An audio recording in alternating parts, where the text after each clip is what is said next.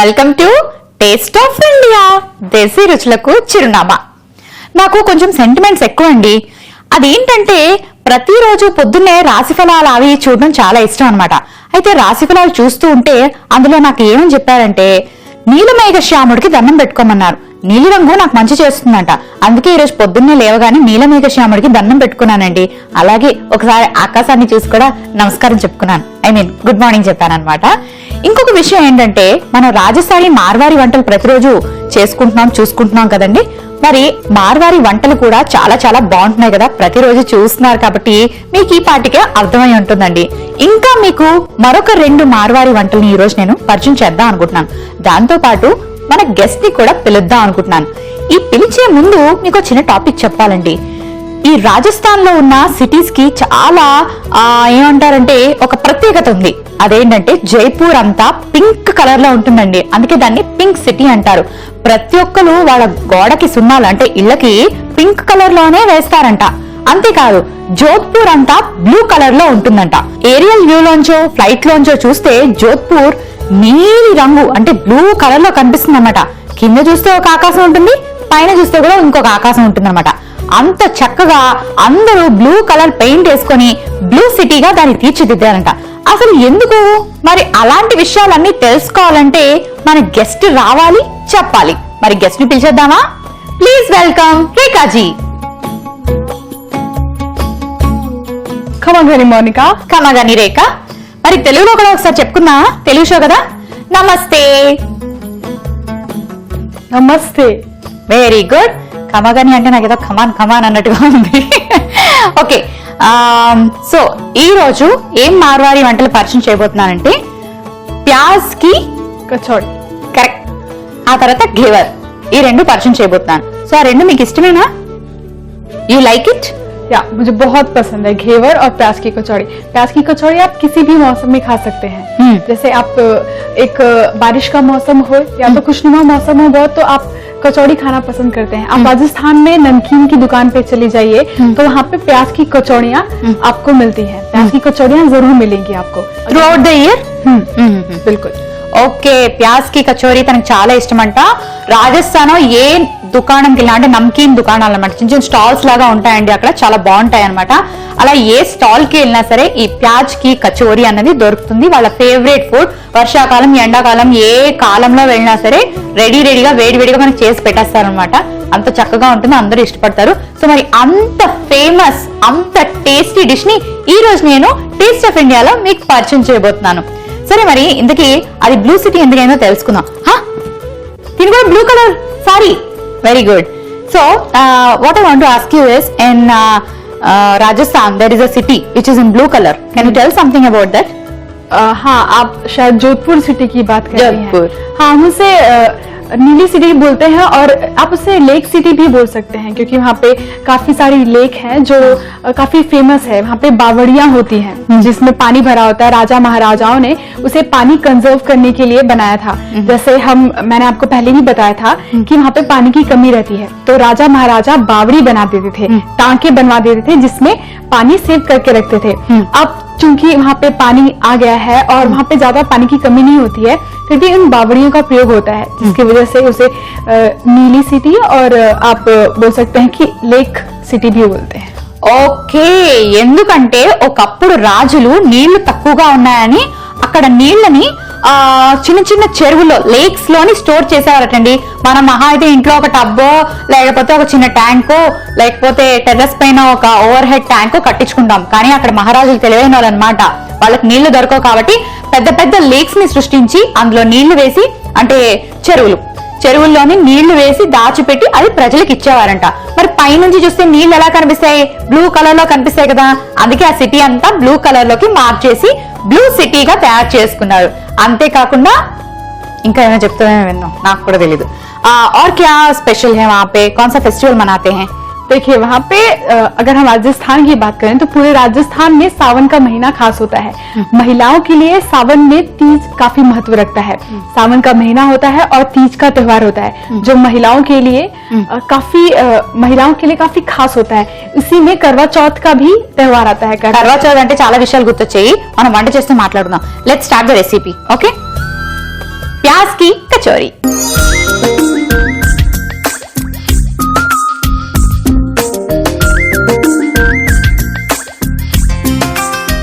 So ప్యాజ్ కి కచోరీ బనాయింగే. ఇది కూడా కొంచెం డిఫరెంట్ గా ఉంటుంది, కానీ మనం యూజ్ చేసే ఇంగ్రీడియంట్స్ అన్ని మన వంటింట్లో ఉండే ఇంగ్రీడియంట్సే.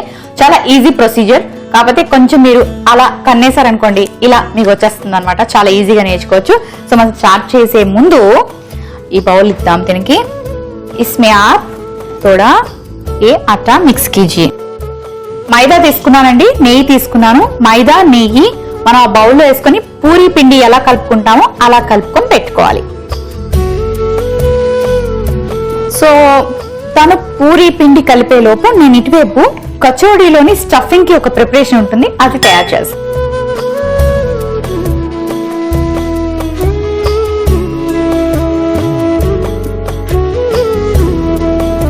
ఓకే, మరి ప్యాన్ హీట్ ఎక్కింది కదా, నేను కాస్త ఆయిల్ వేసుకుంటాను. ఆయిల్ హీట్ అయ్యే లోపు సో ఇప్పుడు నేను జీలకర్ర వేసుకుంటున్నాను. సో ఇప్పుడు హింగువా వేసుకుంటున్నాను. ఆ తర్వాత ఉల్లిపాయ ముక్కలు వేసుకుంటున్నాను. ఆ తర్వాత కొంచెం ధనియా, ఆ తర్వాత కాస్త వెల్లుల్లిపాయ ముక్కలు వేసుకుంటున్నాను. ఆ తర్వాత కొంచెం పచ్చిమిరపకాయలు, కొంచెం అల్లం.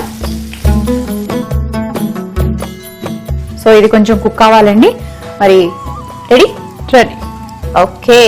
సో మరి అవి పూరీలాగా ఒత్తుకోవాలి. సో పూరీలు రెడీ అయిపోయాయండి. అలాగే మన ఆనియన్ కూడా బాగా బాయిల్ అయిపోయింది, మెత్తగా అయిపోయింది. సో ఇప్పుడు దీన్ని ఏం చేయాలంటే కాస్త కలుపుకొని ఇందులో కొంచెం కారం వేసుకోవాలి. అలాగే ఉప్పు వేసుకోవాలి. తర్వాత కొంచెం కొత్తిమీర వేసి రెడీ హోయేనా? రెడీ. సో మన పూరీలు రెడీ అయిపోయాయి కాబట్టి మన స్టఫింగ్ కూడా రెడీ అయిపోయింది. స్టవ్ ఆఫ్ చేసుకుందాం. స్టఫింగ్ కి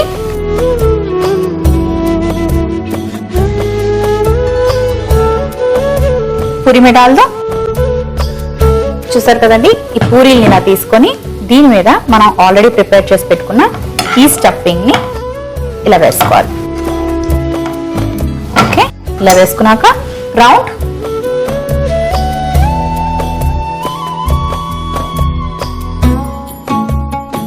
साइज छोटा बनाना है बड़ा, वो आप पे डिपेंड करता है. अगर आप साइज छोटा चाहते हैं तो साइज ज्यादा छोटा रहे तो वही अच्छा है. ఓకే, సైజ్ మనకు కావాల్సిన సైజ్ లో చేసుకోవచ్చు అంటండి. కానీ జనరల్ గా చిన్న చిన్న చేసుకుంటేనే బాగుంటాయని చెప్తుంది. అంటే బాగా ఫ్రై అయ్యి టేస్టీగా ఉంటాయని దాని మీనింగ్ ఏమో. సో మన ఆయిల్ కూడా హీట్ ఎక్కువైంది. సో ఇందులో వేసేసుకుందాం. డాల్దా.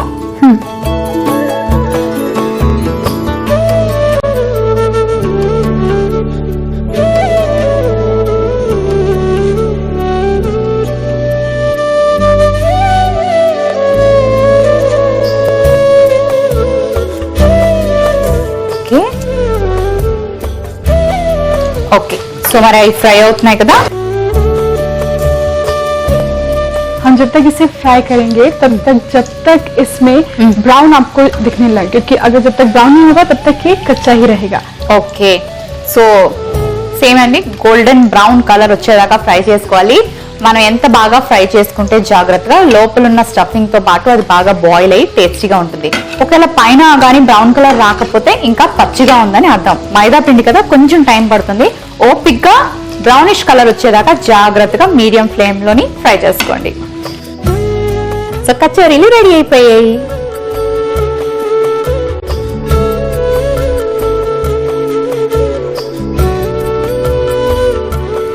ఓకే, వేడి వేడి కచోరీలు రెడీ అయిపోయాయండి. దీన్ని కాస్త గార్నిష్ చేసుకుందాం.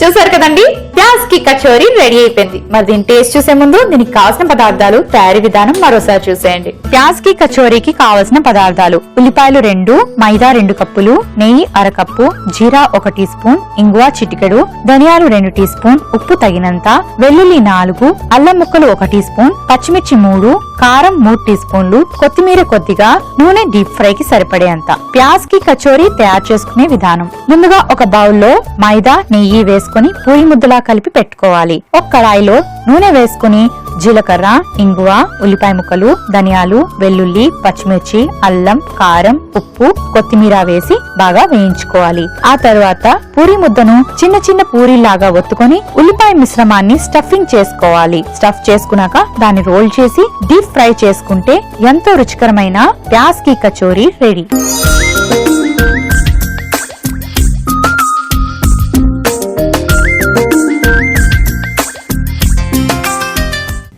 కచోరీకి కావాల్సిన పదార్థాలు, తయారీ విధానం మరోసారి చూసారు కదండి. మరి ఇప్పుడు దీని టేస్ట్ ఎలా ఉందో మన గెస్ట్ చెప్తారు. రేఖాజీ టేస్ట్ कीजिए.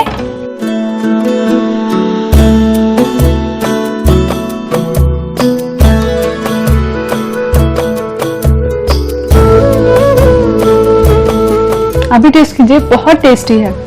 अच्छा है. मैं सर्टिफिकेट ఇచ్చాక ఇంకేం కావాలో చెప్పండి నాకు.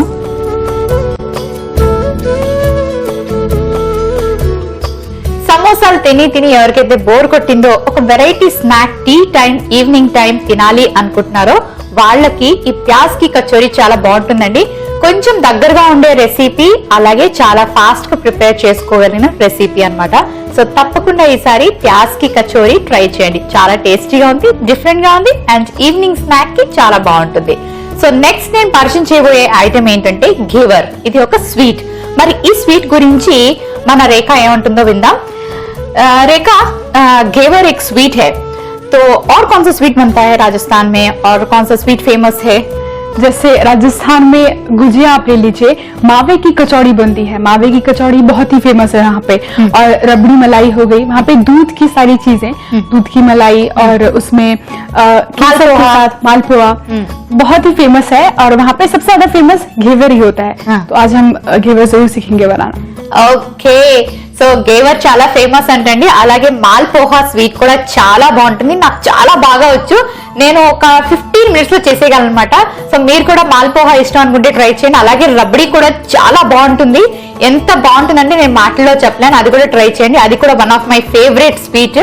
నాకు వీలైతే నేను పరిచయం చేసి ఉండేదాన్ని, కానీ వీటన్నిటికన్నా డిఫరెంట్ గా ఉండే స్వీట్ గేవర్. అది కూడా మన గెస్ట్ కి ఇష్టం కాబట్టి ఈ రోజు నేను మన సెకండ్ రెసిపీ గేవర్.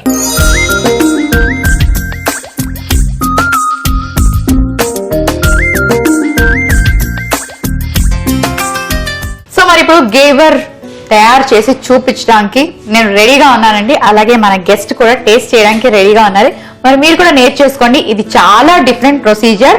ఒక్క పాకం పట్టడం తప్పితే మిగిలినంతా కూడా చాలా డిఫరెంట్ గా ఉంటుంది, కానీ ఈజీ ప్రొసీజర్. చూస్తుంటే మీరు 5 నిమిషాల్లో అలా చేసేస్తారు. మరి చూడండి. Okay, so first will make sugar syrup.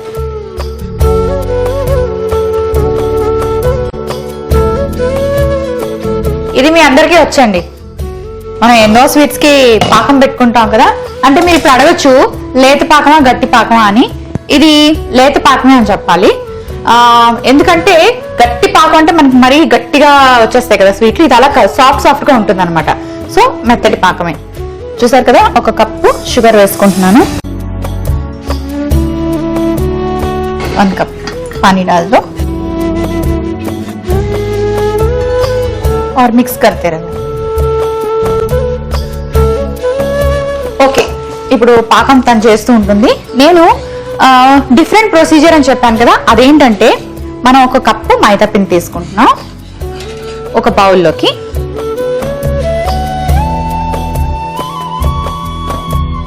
Okay, ఆ తర్వాత కాస్త పాలు తీసుకోవాలి.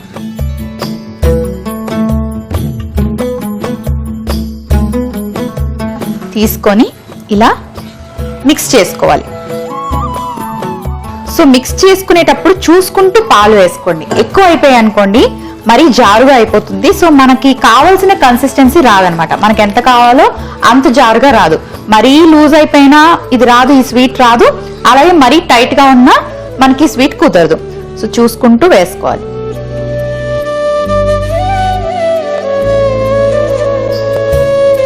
చూస్తారు కదండి, ఈ కన్సిస్టెన్సీ రావాలి. సో మన దోస రుబ్బు ఎలా ఉంటుంది అలా రావాలి. పల్చగా మాత్రం చేసుకోవద్దు, ఈ స్వీట్ అస్సలు రాదు.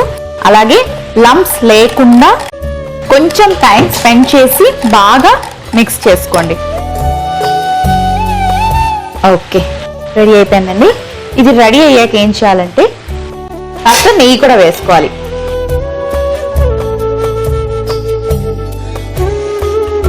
నెయ్యి వేసుకున్నాం కదా, అలాగే కొంచెం సాఫ్రాన్ కలర్ తీసుకుంటున్నాను. మీకు ఇష్టం ఉంటే వేసుకోండి, లేకపోతే లేదు. ఓకే, నా బ్యాటర్ రెడీ అయిపోయిందండి. ఇప్పుడు ప్యాన్ హీట్ చేసుకుందాం. ओके मोनिका, हमारी चाशनी तैयार है. ఓ, చట్నీ కూడా రెడీ అయిపోయిందా? సో పాకం కూడా రెడీ అయిపోయిందండి. మరి మనం ఇంకా స్టార్ట్ చేసుకోవచ్చు. అయితే ఇక్కడ ఒక చిన్న వెరైటీ ఉందన్నాను కదా ఈ ప్రొసీజర్ లో. అదేంటంటే ఫస్ట్ ఇలా ఒక కప్పు పెట్టుకోండి. ఓకే, ఏదైనా అంటే మనకి ఇది చేసేటప్పుడు మధ్యలో ఒక హోల్ రావాలన్నమాట.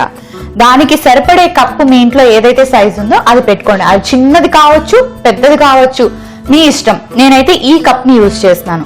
ఇది పెట్టుకున్నాక కాస్త ప్యాన్ అంతా కూడా నెయ్యి వేసుకొని గ్రీస్ చేసుకోండి. ఓకే, ఇలా గ్రీస్ చేసుకున్నాక దీన్ని ఇలా పక్కన పెట్టుకొని ఒక గరిటె తీసుకొని ఈ బ్యాటర్ తోటి దోసలు అలా వేసుకుంటాం అలాగే వేసుకోవాలి. చాలా ఈజీ.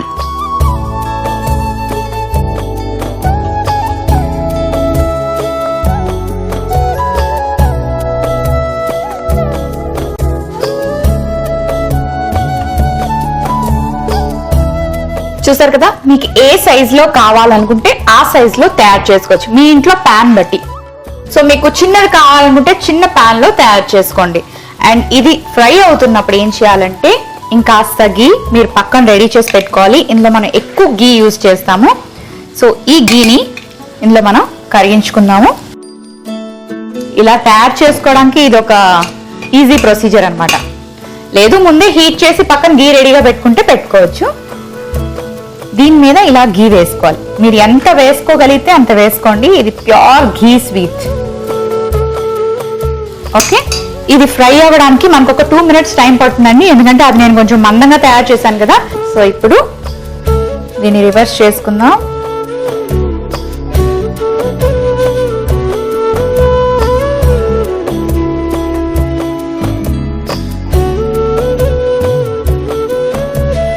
సో ఇది టర్న్ చేశాక ఎక్కువసేపు మనం వేడి చేసుకోవాల్సిన అవసరం లేదండి, ఫ్రై చేసుకోవాల్సిన అవసరం లేదు. ఒకవైపు మాత్రమే ఎక్కువ ఫ్రై అవ్వాలి. ఓకే అండి, స్విచ్ ఆఫ్ చేసుకుందాము. దీన్ని ఇలా మనం పంచదార పాకంలో వేసేసుకోవాలి.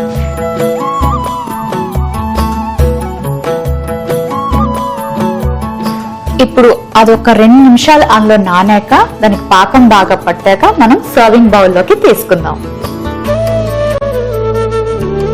సో ఒకవైపు పాకం బాగా పట్టింది కదండి, ఇప్పుడు దీన్ని రివర్స్ చేసుకుందాం.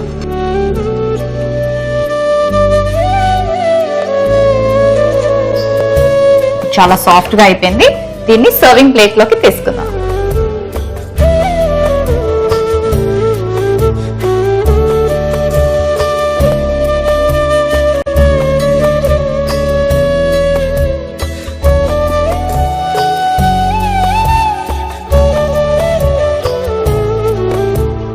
ఇప్పుడు డిష్ అవుట్ చేసుకున్నాం కదండి.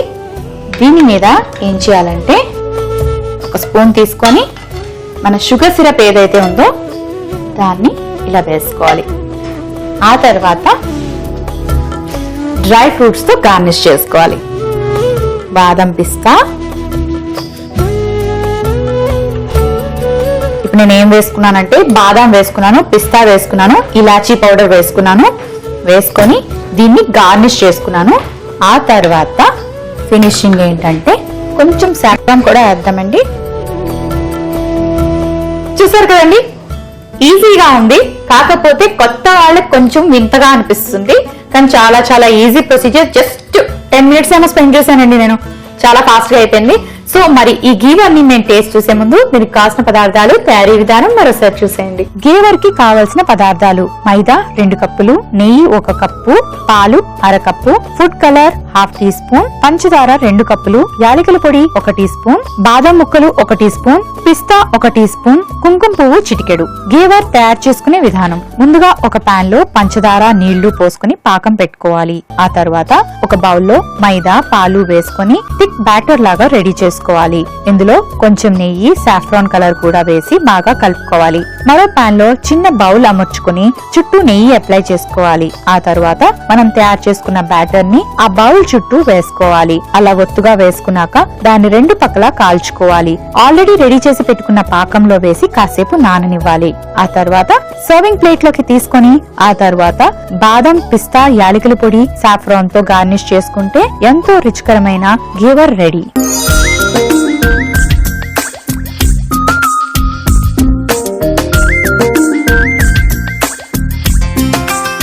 గీవర్ కి కావాల్సిన పదార్థాలు, తయారీ విధానం మరోసారి చూసారు కదండి. మరి ఇప్పుడు టేస్ట్. यम्मी, बहुत टेस्टी बना है सच में, रियल. మాటల్లో చెప్పలేనంత టేస్టీగా ఉందండి. ఎందుకంటే రెగ్యులర్ గా ఎన్నో స్వీట్లు తింటాము, అన్ని స్వీట్ల టేస్ట్లు మీకు తెలిసే ఉంటుంది, కానీ ఈ స్వీట్ టేస్ట్ ఇప్పటి వరకు మీకు తెలీదు. డెఫినెట్ గా ట్రై చేయండి. సో మరి చూసారు కదండి, ఈ రోజు మన టేస్ట్ ఆఫ్ ఇండియాలో 2 యమ్మీ రెసిపీస్ చాలా టేస్టీగా ఉన్నాయి. తప్పకుండా ట్రై చేయండి. ప్యాజ్ కి కచోరీ అండ్ గీవర్. గీవర్ అయితే మాత్రం ఆసమ్ అంటే ఆసమ్ అండి. తప్పకుండా ట్రై చేయండి. మరి రేపు కూడా నేను మరొక 2 మార్వారీ వంటల్ని మీకు పరిచయం చేయబోతున్నాను. So don't miss at all. రేపు కూడా టేస్ట్ ఆఫ్ ఇండియా చూడండి. మోనికా వచ్చేస్తుంది, 2 మార్వారీ వంటల్ని మీకు పరిచయం చేస్తుంది. Until then, this is Rekha and this is Monica saying bye bye.